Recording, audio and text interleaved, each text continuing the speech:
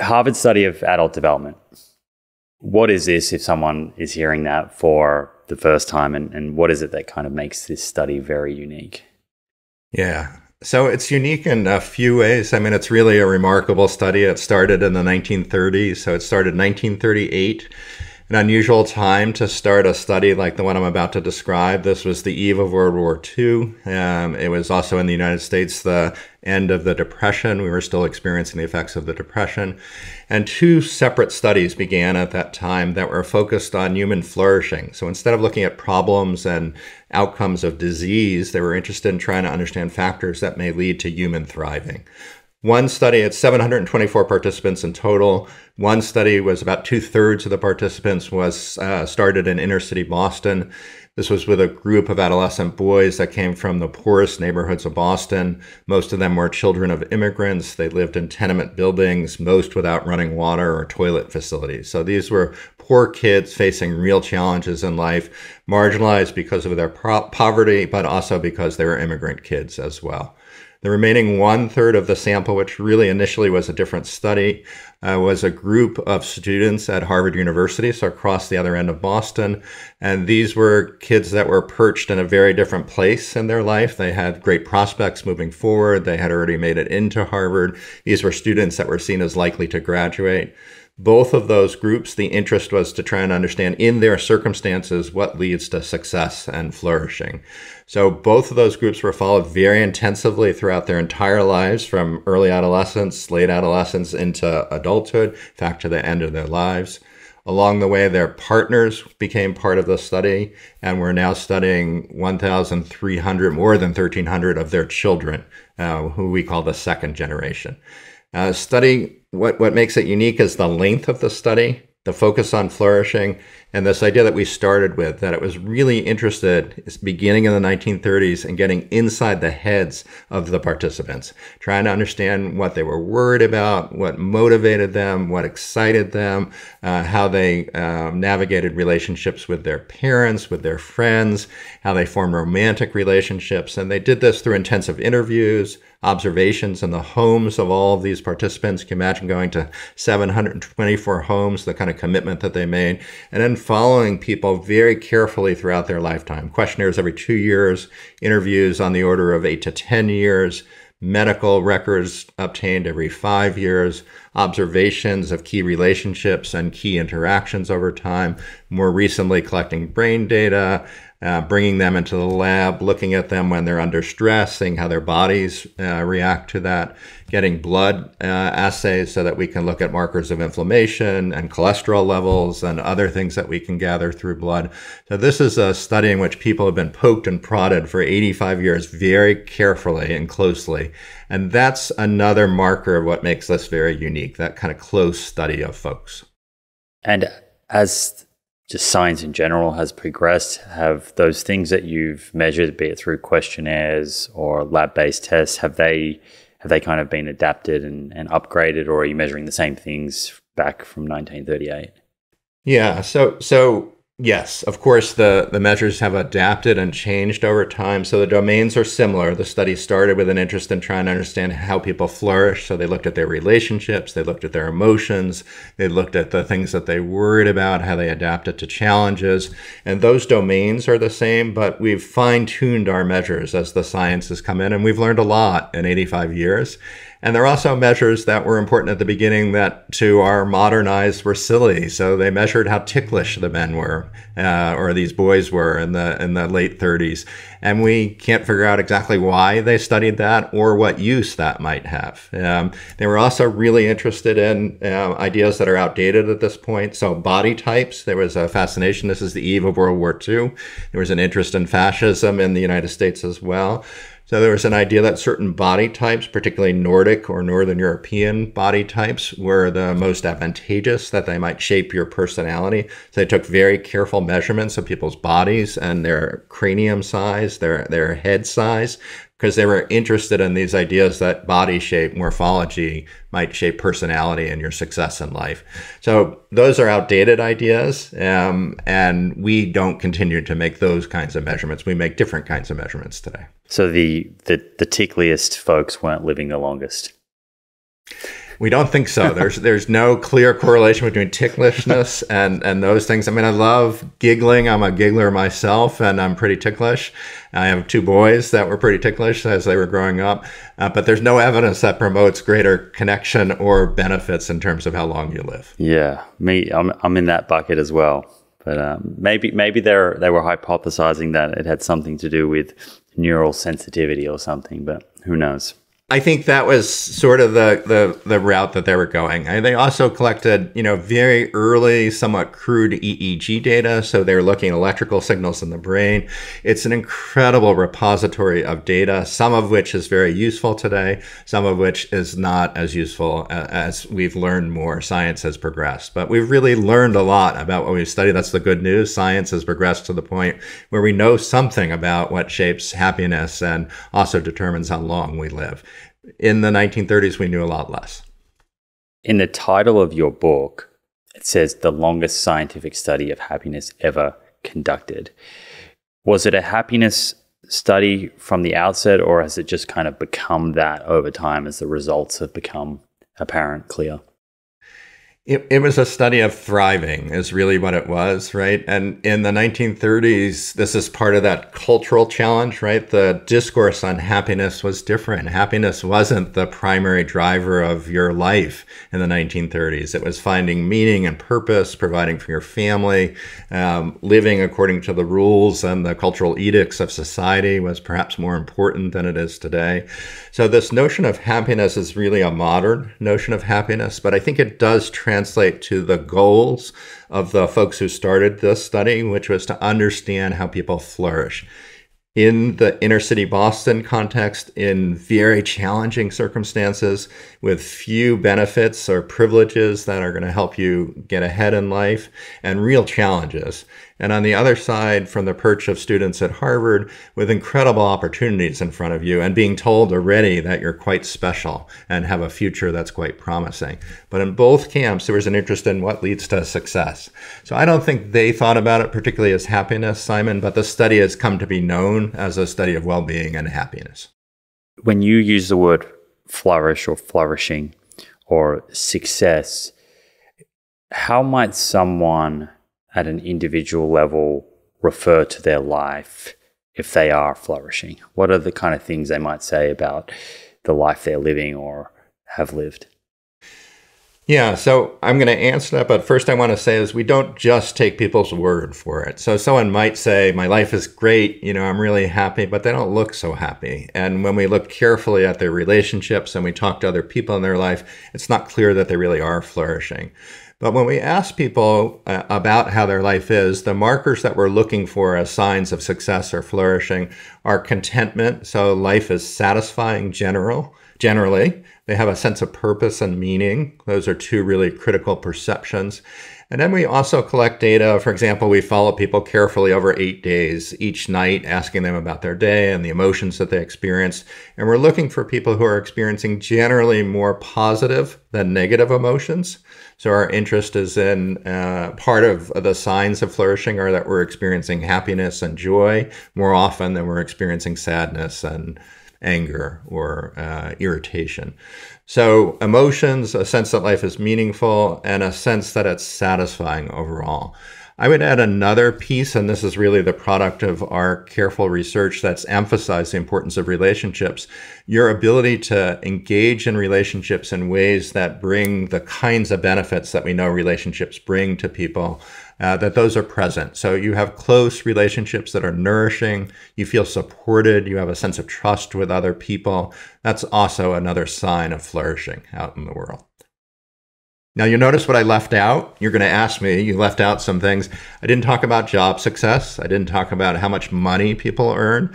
Certainly, there are people that have been very successful in this sample. There's one person that's famously been outed from this study was John F. Kennedy, was part of the Harvard sample. He was relatively successful from a job standpoint. He became president of the United States.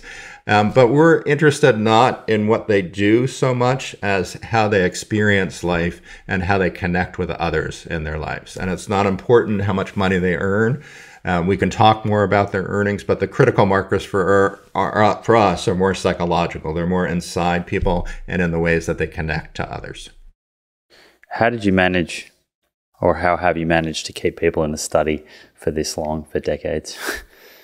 Yeah, so this is a testament. I've only been involved in 20 years, and on a good day, I say to myself, well, that's about almost a quarter of the time of the study. But this study has been going on for 85 years, and it's really a testament to the remarkable work of the original people working on the study and the people who have maintained it over these years. So I think, in the beginning, we like to talk about the fact that when we went to the Harvard students and said, we'd like you to be part of a study, they thought that makes complete sense. I'm special. Of course, people would want to know about me. When we went into the inner city boys' homes, their parents said, why would you be interested in my son? He's an ordinary kid. We're immigrants to this country. Why would you ever be interested in us? Both groups across time began to feel valued by the study, so they were interviewed carefully. They met the same people year after year. The study sent them birthday cards, would check in on them if there was a family challenge that they were having. And I think over time, the study became an important proxy family for many of these folks, that it was a place where they could talk about their biggest challenges. They could share some of their biggest achievements or fears. And it was also a time, the 1930s and 40s was a time where folks, particularly men, didn't have a lot of opportunities to talk about their experiences. So the regular check-ins, I think, became a way in which people could reflect on their lives, and also share their experiences with people that they had learned to trust across time. So over the course of the study, remarkable percentage of people stayed involved. 84% of the original sample stayed involved across the study. When we went to the children of the original participants, the middle-aged children of those participants, over 2/3 of them said yes. They said, we've been waiting to be part of the study that our parents have been a part of. So there's a tremendous devotion to the study and identification with the study. And I think we've also been careful stewards of that data. So we promised them anonymity. We haven't talked about who's in the study. It was a weird circumstance in which John F. Kennedy began to be known as part of the study. There's only one other person that's been talked about, and he talked about himself being part of the study, another famous person. Everyone else is anonymous. We never talk about identifying information that would link to specific people in the study. So we've been careful, I think, custodians of the trust that people have given us. Really an incredible gift they've given to science by being part of this study. And in turn, we've treated them with what we think is appropriate respect and appreciation as well. So I want to make sure we come back to, I think, an interesting thing to think about is whether the predictors of happiness and longevity are the same across generations. People that are growing up, you mentioned it at the beginning, I think the initial cohort, this was on the eve of World War II, the Great Depression happening. You said every reason not to be happy. There's also this interesting mix of the successful young kids at Harvard University with their whole life ahead of them versus the kids that are marginalized because of poverty and lower socioeconomic status. So teasing out what are the predictors, I think, of happiness and longevity for different people is super interesting here. Broadly speaking, you've kind of mentioned relationships, but how do you kind of summarize what are the most significant or surprising findings that have emerged from this study over the 80 plus years it's been running? So hundreds and hundreds of scientific studies from this study itself, papers presented from this study. I think we're on 15 books now for the study. There are lots of findings over the years. So my co-author, Bob Waldinger, and I, Bob also helps direct the study. It's the two of us that run it these days. Sat down about 5 years ago and we said, is there a story that we can tell? Because we're interested in trying to bring these findings to a larger audience beyond the academic world. It's a limited group that gets to read academic papers and really take them to heart. So can we figure out whether there is a story, and if so, how do we bring it to a larger group? And that was our idea for how we might write a book. So we sat down with the findings and we looked, is there a signal? And yes, there was a signal. Is that signal only present in our study, which is unique and has some unusual qualities? It began in the 1930s, originally all men. Or is this a signal that we can see across studies, across culture, across time, across gender? And most importantly, in other countries. Is this something unique to Boston, or is this something common to other studies? And the signal we found is really clear. It's relationships lead to better health and happiness throughout the lifespan. It's all kinds of relationships, and it's lots of different qualities of relationships, which I hope we can talk about, Simon.